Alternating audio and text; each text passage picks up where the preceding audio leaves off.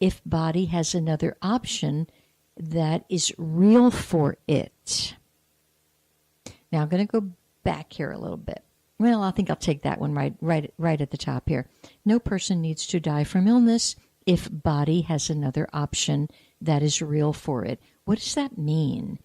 That means in the old days, in some of the civilizations, the Mayan civilization, as a matter of fact, many of the Atlanteans, Lemurians, when their play or place in the tapestry was complete, not that they took their life, there was no willfulness that way, but when there was a thorough understanding of the completeness, they simply withdrew the light force from their body and therefore disintegrated it. That is, in the ideal world, how we can leave our body. And every single person on this planet actually holds that encoding deep within themselves. But you've been frightened and misprogrammed to think something other than that. So if I go back to illness is not sabotage, it's your body's statement that it's holding an imbalance of denied will and needs release, then perhaps it's time to really look at the imbalance. Where and why has the imbalance been created? And then put it down, acknowledge it, and put it down. So let's suppose you're holding an imbalance. Let's suppose an imbalance was created by sexual abuse when you were a little tot, male or female, because now I'm finding sexual abuse seems to have had no limits. It went everywhere. So let's suppose you are a little girl and you were sexually abused. And then you've been to the therapist to try to figure out how to get around it. This kind of material would simply say, embrace it. Get to own it completely. Now, the anger and the rage that would be there because of the violation, I don't care how much therapy you have, that's still there. Then you need to address that and not take it out on someone. You don't go back to the original perpetrator. You don't go to someone. But generally what I've seen is, in that kind of example, the person holds deep in the core of them a rage, like a seething, slow-boiling anger and rage toward everyone. So then it comes out against the boss, it comes out against their little children, it comes out against the neighbor's dog, and so it finds unhealthy and incomplete releases. So you need to take yourself and find a way to release this sense of imbalance fully, and that's the operative word, and only you know what fully is. It could be, to me, nature is one of the biggest helps. If you're a swimmer, you want to swim 1 billion laps and get it out of your body. If you're a hiker, if you're you want to jump rope, some people say, okay, you can beat the pillow. I'm cautious about that. If you have a pillow that's designated as the dear poor pillow that gets beaten, okay, but you sure don't want to be beating a pillow that you're going to put your head on at night, because then you absorb the stuff all over again. So you want to be very, you're a life work. You deserve to, without being so into yourself that you're contemplating your navel at all times, but really being accountable for your own sense of imbalance. And sometimes you actually don't need to get to the root of it. Over the years, I've had many people come and, they've been to a therapist, and the therapist has then convinced them that there has been Generally, it's around sexual misconduct. That, yep, oh, yes, you were violated. I don't know. Oftentimes, I don't see it in their energy field, but now they've hung on to the story. So whether the story is authentic or not actually doesn't matter. You could have come in, birthed as a very angry person. I have a half-sister. From the get-go, she came out of the womb angry. Nobody did anything to her. She came angry. And at 60-something years old, she's still angry. Because it takes a lot of work to be accountable for our own imbalances.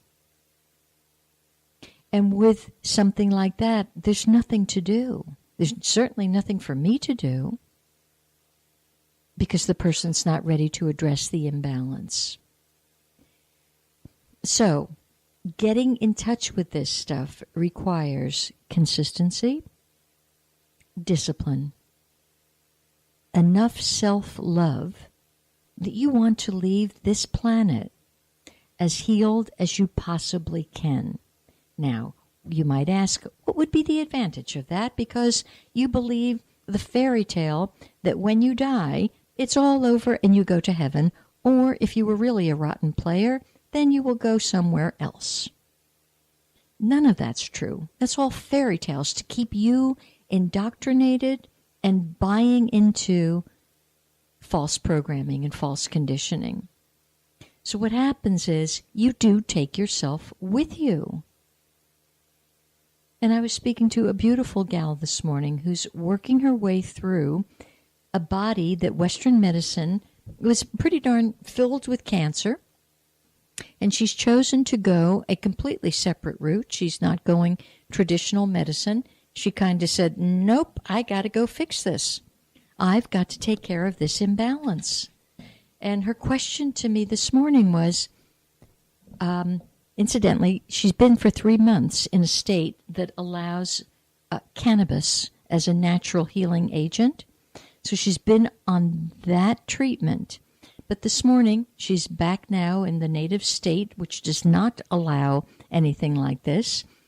And her question was, gee, I have a lot of pain coming from this point to that point, and what's my take on it? And can I assist her in lightening the sensation of pain? Well, that's the first thing. It's kind of like if a person's hungry, you've got to feed them before you can tell them anything important. That's like step one.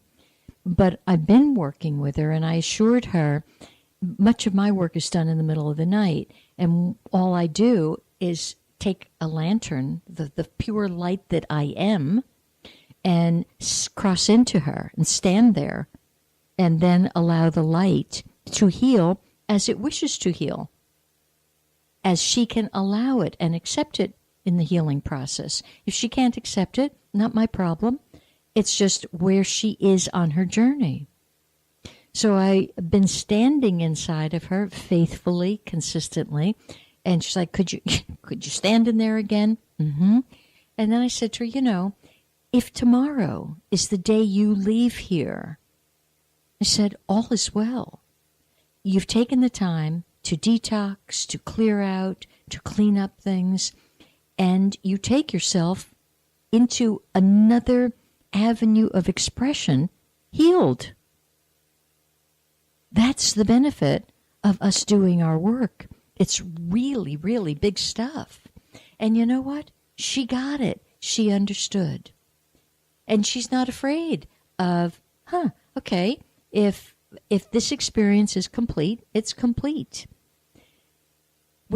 That's a big thing right there. It's a sense of complete acceptance. So that's where she is, and that was a wonderful thing to hear this morning. So anyway, this book goes on and it has some tremendous insights about denial and healing and listening to yourself. And here's a statement: when you really listen to yourself, you can heal yourself. And here's why. When you really, really listen to yourself, you will know, in your words, I am that. I am the healer. All is well. And Shazam, you got it. It's done. And that's what you will realize. So, and the cosmic joke here is Western medicine thinks there's something to heal. Even a lot of healers believe there's something to heal. There's nothing to heal. There's only to remember who you are. And then the healing takes place and the imbalance is completely adjusted.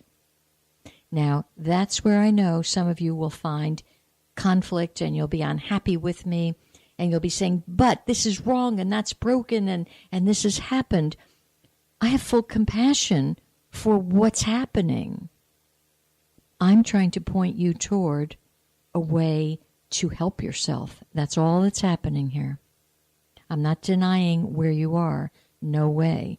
But I am saying, hold my hand, because in the hand is a reminder of your light, reminder of what you are. So this happy little book goes on to say, and unfortunately I only got to page 16. Well, that's not true. I've read the book several times, and it's surprising how you can see things at certain times, and then at other times you actually can't see it. And that's the problem with why we can't clean up our healing act quickly, whether it be physically, mentally, emotionally, or even spiritually. So here's what the book says. It is necessary to ask me, and me is capital letters, to fill you with light, ... often. And I went, oh my God, how much else in the book is false? I'm going to read it to you again. It is necessary to ask me, God, to fill you with light often. Well, that's what you've been programmed. You've been programmed to, please, God, heal me. Please, God, help me. And I'm telling you, I'm here today to help you break the paradigm of your belief system and help you get out of the matrix. That is a pure crock of baloney. It is not necessary for you to do anything. Number one, it's not necessary for you to do anything. So right there, the book is in trouble with me. Ask me to fill you with light? Excuse me? I know that I am that. How can you fill me? This is aligned with, let me send you love and light. It's like that. So you see how insidiously things are divisive and dualistic that are woven right smack into some very healthy material. So the discerning mind, you are told you are to be as wise as a serpent. And that serpent, well, was absolutely hated. So the dear serpent was killed a lot, but it was the symbol of power, which Hermes, one of the ancient, well, it was the ancient Egyptian name for God. The caduceus has two, the symbol is, there's two snakes woven around, the rod, the staff of life. Because it's saying, have wisdom from the yin side of yourself and the yang side of yourself, blend them, and you will live forever.